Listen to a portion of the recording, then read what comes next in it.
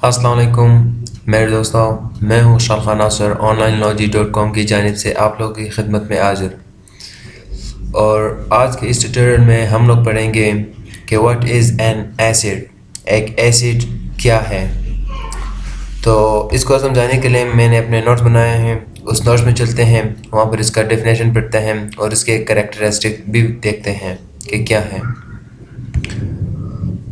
तो ये लिखा है एसिड, इसका डेफिनेशन है एसिड जो है वो एक एसिडस वर्ड्स है, ग्रीक वर्ड्स का वहाँ से डिराइव किया गया है और उसका मतलब है सोर यानी तुर्श। और एसिड का नाम इसीलिए दिया गया है क्योंकि इसका टेस्ट जो है वो सोर है। और इसका डेफिनेशन ये है कि an acid is a substance which can accept a pair of electron is called an acid.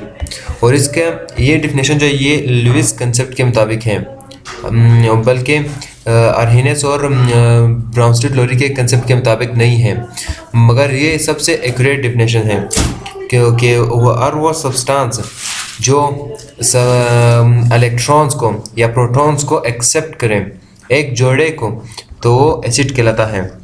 और इसका मज़ीद जो एक्सप्लेनेशन में हम लोग जब कंसेप्ट्स पढ़ेंगे तो वहाँ पर जाएंगे। और अभी इसके कैरेक्टरिस्टिक इसके क्या है कि एसिड का जो टेस्ट है वो सोर है, जैसे कि विनेगर का टेस्ट जो है वो सोर है क्योंकि उसमें एसिटिक एसिड मौजूद है। और मतलब ये जो साइट्रिक फ्रूट्स है, ये लेमन हो गया, ग्रेप्स हो गया, ऑरेंज हो गए, इन सब का भी सोर टेस्ट होता है क्योंकि इसमें भी सिट्रिक एसिड प्रोड्यूस होता है और इनमें बहुत ही कम मिकदार में होता है, इसलिए हम लोग इसको फील नहीं कर पाते हैं जब हम लोग इन फ्रूट्स को खाते हैं। मतलब इतना तो थोड़ा तो महसूस हो जाता है कि ये साइट्रिक है, इसमें सिट्रिक एसिड जो होता है। और सोर मिल्क, सोर क्रीम, योगर्ट, ये चीज़ें, मतलब ये जो आप लोग क्रीम खाते हैं या योगर्ट में दही हो गया, ये चीज़ें जो आप खाते हैं इनका जो सोर टेस्ट होता है ये भी एसिड की वजह से होता है। कौन से एसिड? लेसिटिक एसिड की वजह से होता है जो वहाँ पर मौजूद होता है, बनता है फर्मेंटेशन के प्रोसेस से ऑफ लैक्टोज शुगर।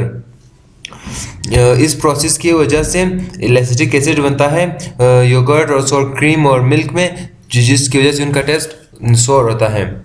दूसरा कैरेक्टरिस्टिक है asset turn blue litmus paper red. जैसे हम लोग कह जानते हैं कि लिटमस पेपर जो है वो एक ऑर्गेनिक कंपाउंड है जो और वो अपना कलर चेंज करता है जब वो एसिड या बेस के साथ आता है। जब आप कोई ब्लू लिटमस पेपर लाते हैं, किसी एसिड में डालते हैं, तो वो blue litmus paper red colour में चेंज हो जाता है। थर्ड कैरेक्टरिस्टिक एसिड की ये है कि वो मेटल्स को कोरोड करता है, ख़राब कर देता है और कोरोजन भी प्रोड्यूस करता है। जिस तरह कि आप लोगों ने ऑब्जर्व किया होगा कि जब बैटरी से एसिड निकलता है और वो मेटल्स को, हर चीज़ को जो उसके साथ आती है उसको ख़राब कर देता है, तो ये इसकी एक खसूसियत है कि एक मेटल को कोरोड करता है। और जब ये रिएक्ट करता है किसी मेटल के साथ तो वहाँ पर एक साल्ट प्रोड्यूस हो जाता है और एक हाइड्रोजन गैस भी प्रोड्यूस होता है। और इसको बाद में पढ़ेंगे एक्वायरिजिया को, क्योंकि ये इसको बाद में पढ़ेंगे। और इसकी जो चौथी कैरेक्टरिस्टिक है वो acid produce ions in water. ये देखा गया है कि जब एक एसिड वाटर में डाला जाता है तो वहाँ पर आयंस प्रोड्यूस करता है और यही वजह है कि वहाँ से इलेक्ट्रिसिटी भी पास हो जाती है। तो ये कैरेक्टरिस्टिक थे। और इसके बाद हम लोग एक्वायरिजिया या रॉयल वाटर या रॉयल लिक्विड पढ़ते हैं कि वो मिक्सचर जिसमें एक हिस्सा नाइट्रिक एसिड का हो और तीन हिस्से वो हाइड्रोक्लोरिक एसिड का हो, तो वहाँ पर एक मिक्सचर बनता है, उसको एक्वायरिजिया कहते हैं। और ये मिक्सचर किस चीज़ का होता है? एसिड का मिक्सचर होता है और ये अनरिएक्टिव मेटल्स को भी डिसॉल्व कर लेता है। ये मिक्सचर ये इतना तेज़ और इतना ख़तरनाक होता है जैसा कि गोल्ड। और एक्वायरिजिया डिसॉल्व्स गोल्ड, ये जो है एक्वायरिजिया गोल्ड को या सोने को डिसॉल्व करता है। क्यों? क्योंकि वहाँ पर एक नेसेंट या एटॉमिक क्लोरीन प्रोड्यूस हो जाता है जो गोल्ड के साथ रिएक्ट करता है, उसको गोल्ड क्लोराइड बना देता है और सोल्यूबल बना देता है, यानी डिसॉल्व कर देता है। और वो रिएक्शन ये दिए गए हैं। यहाँ पर एक हिस्सा हम लोगों ने नाइट्रिक एसिड उठाया है, 3 हिस्से हम लोग हाइड्रोक्लोरिक एसिड के उठाए हैं। दोनों का रिएक्शन करवा है तो हमें रिजल्ट में या नतीजे में ये मिला, पानी मिला और क्लोरीन मिला और 2 क्लोरीन मिले। और ये 2 क्लोरीन जो है ये एटॉमिक क्लोरीन है। इसको हम लोग इस तरह भी लिख सकते हैं, ये नीचे निशान दिया गया है कि एटॉमिक क्लोरीन ये है। और अभी ये तो प्रोड्यूस हो गया। इसके बाद जब हम लोग ये NaCl उठाएंगे, इसको यहाँ पर रखेंगे और इसको हीट देंगे, जोर का हीट देंगे तो हम ये टूट जाएगा। NO नाइट्रोजन ऑक्साइड अलग हो जाएगा और क्लोरीन जो है वो अलग हो जाएगा। अभी जब ये क्लोरीन अलग हो गया, हमें इस क्लोरीन से काम है, मतलब है ये भी एटॉमिक क्लोरीन है और 2 एटॉमिक क्लोरीन यहाँ पर पहले प्रोड्यूस हो गए हैं। तो टोटल हम लोग के पास 3 एटॉमिक क्लोरीन है।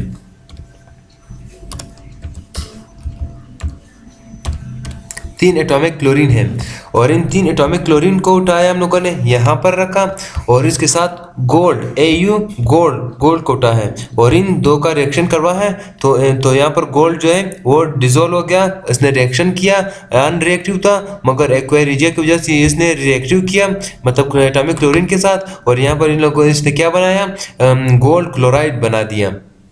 तो ये एक्वायरिजिया जो है ये अनरिएक्टिव मेटल को भी डिसॉल्व कर लेता है और ये एसिड मिक्सचर ऑफ एसिड्स होता है।